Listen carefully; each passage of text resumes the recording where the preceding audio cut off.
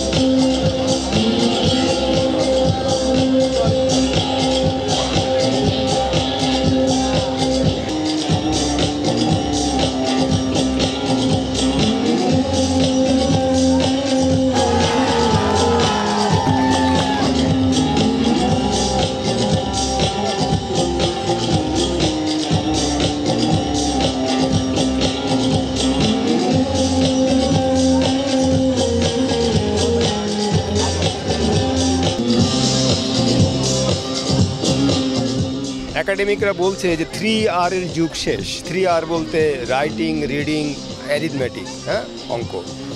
এখন শুরু হচ্ছে কিসের? 4C এর যুগ, মানে AI এর যুগে, নিয়ার ফিউচার। 4C মানে হচ্ছে communication, collaboration, critical thinking, creativity.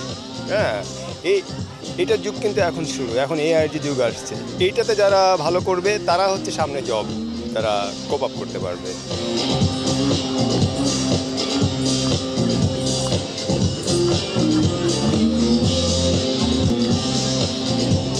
বাংলাদেশের এখন যেই গ্লোবাল ওয়ার্মিংয়ের যে অবস্থা, সেখানে আসলে আমাদের ট্র্যাশ নিয়ে কাজ না করে কিন্তু আসলে কোনো লাভ নাই। গরম বাড়তে থাকবে, ধুলা বাড়তে থাকবে, ময়লা বাড়তে থাকবে, থাকার জায়গা কমতে থাকবে। সো এটা যদি আমরা প্রিভেন্ট করতে চাই তাহলে ডেফিনেটলি আমার মনে হয় এইখান থেকে এই ইন্সপিরেশন নিয়ে সবারই নিজের পার্সোনাল লাইফে এটা আসলে ইমপ্লাই করা উচিত।